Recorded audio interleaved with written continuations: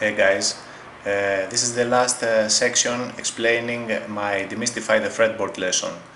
I already assume that before viewing this lesson your knowledge on the notes, intervals, octaves, all the things we've talked about has grown immensely, or it should have. Okay, don't neglect it, go and study them. So, what is left right now is to do with the major scale the thing that you should do to every scale from here on now, and that is harmonize it. This is the very first step in understanding your scales well and your modes. Okay, so it doesn't matter what scale you have in front of you, from here on now you must do the same process for each and every one of them. So, what do we do here? We take the major scale, for example in the key of C, no sharps or flats, it's easy to work with for starters, and we write the notes on a piece of paper. You have encountered the notes of the C major scale about 1 billion times before, I'm sure, so it's very easy: C, D, F, G, A, B and C. Okay, to start again the sequence. So, what we want to do here is make chords out of each note of the scale. Okay, a chord from C, a chord from D, a chord from E, and so on. The way to do it in Western music is simply stacking thirds. Okay, and we will do it the same way we have built major, minor, augmented and diminished triads. Okay, we take the first note of the scale, C, we find the third note apart, which is E. C, D, second, E, third. Okay, we do the same from the E. E, F, G is a third apart. So C, E and G is the triad that is made from the first note of the scale. We continue the same process to the second, D. Okay, what's the third? D, E, F is the third. What is the third from F? F, G, A. So D, F, A is the second triad.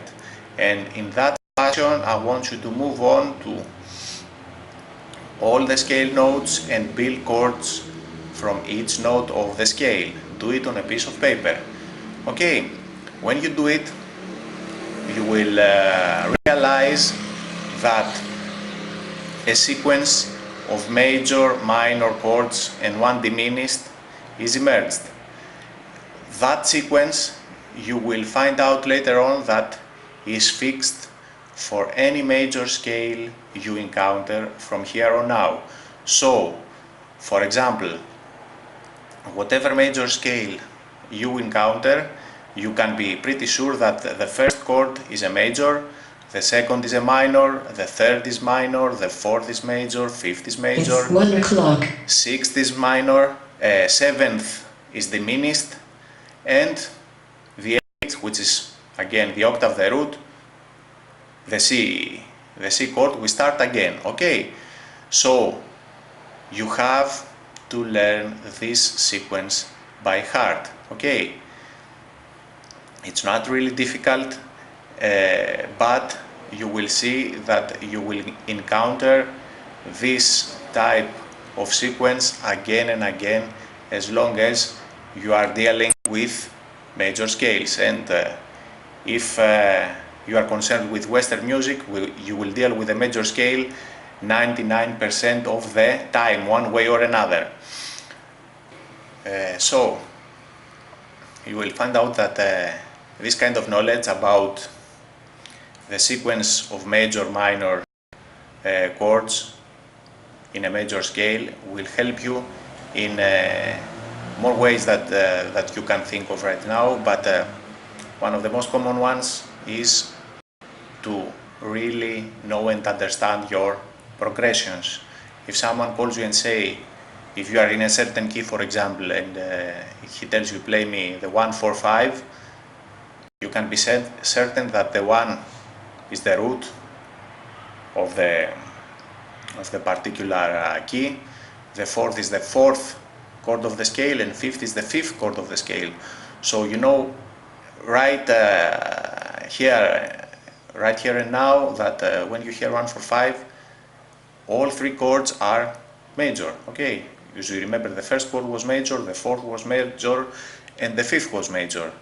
On the other hand, the 2, 3rd and the 6th were minor, and the 7th it was a diminished chord. So by knowing this sequence, that alone helps you immensely when you play your progression with your band, or when you will see in the future you start to do and some other things and delve into more theoretical stuff. But all in all, you have to know this stuff. Okay, harmonize the scale, know the sequence of the major and minor chords, and do it for all the major chords, just for practice. Okay, play them knowing which is the first, which is the third, and so on and so on. When you do that, this is the next step. When you do that, try and play your major scales, any major scales, okay, on a single string. Why on a single string? We talked about that before. It is preferred to do that in order to keep an eye on the intervals involved. When you play your regular box shapes, you don't pay so much attention as you should. But when you are forced to play a scale horizontally, you have to be able to see the intervals. Okay, so take any scale, for example C, as we talked about, and play on a single string. And it is preferred to do it with one finger. Okay, we are not soloing here. If we were soloing, we will use all our fingers, but in this case we want only one finger to fret the note, so we see the distances. Whole step, half step, whole step, and so on. Okay, so it's critical that you do that in every string. Of course, if you play something horizontally, all the strings are basically the same, but try and do that. And when you do that, it's critical also not to say the notes out loud or to play that like that, but to call out the names, the numbers of the scale, the numbers of the notes of the scale. So if you play the C major, this is the 1, έτσι, 1, 2, 3, 1, 2, 3, 2, 1, 2, 3, 4, 3, 2, 1, and so on. Okay, that will help you when we move to our next step. Okay, do the numbers, spell them out, and play them on a single string. So last step is to play the major scale as a chord scale all over the neck. So instead of playing the scale note by note, you play it chord by chord. Okay, if you remember, we were talking about the C major scale as an example, and we were moving up and down the fretboard, but playing only the note of the scale. Now we play it chord by chord, and by chord I mean all those triads we built by harmonizing the scale. You know the triads and you know the sequence. So if the first note is C, it's the first note, you know that the first chord was a major triad. So the second was a minor, the third was a minor, the fourth was a major, fifth major, sixth minor, seventh diminished, and the eighth, starting again, it's the C major triad.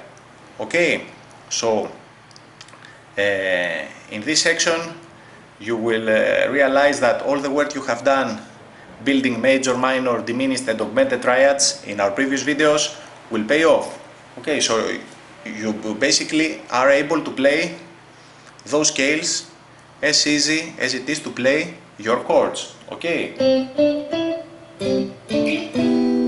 Same deal, and as you realize, you will see that there are many ways to play them, because if you watched carefully, I used the D, G and B strings in order to play this chord scale. You can use any strings, consecutive string set imaginable. For example, you can use the G, B and E, the three highest notes, okay? If the D is here, the third is here, the fifth is here, this is the major, okay? If you remember our lessons about triads.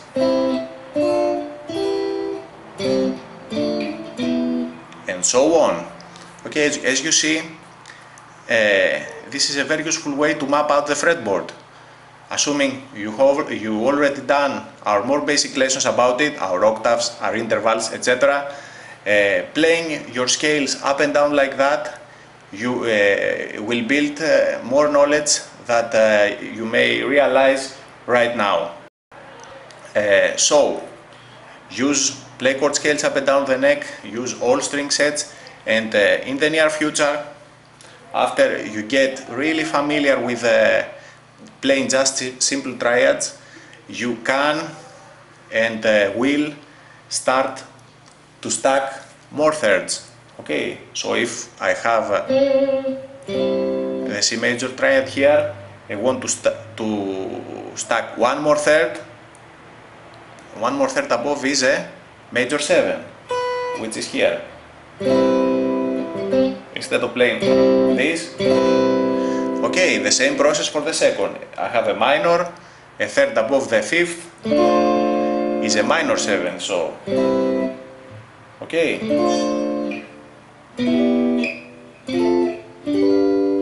And I continue at this fashion. So you see, it's really useful to have a bass. You know what it is to harmonize a scale. You know the process. You do on every string set. You play chord scales.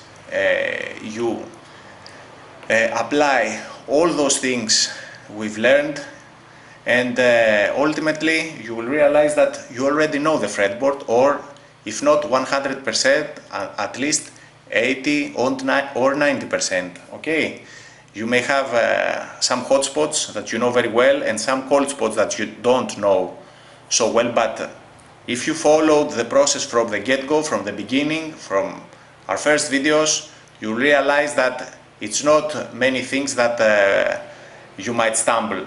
Okay, and this knowledge will help you grow even more, but it's essential to have it in the first place. So don't procrastinate and start building your fretboard knowledge. Okay, the videos are there, review them as many times as you want, but this concludes our learning fretboard process. Okay, have fun!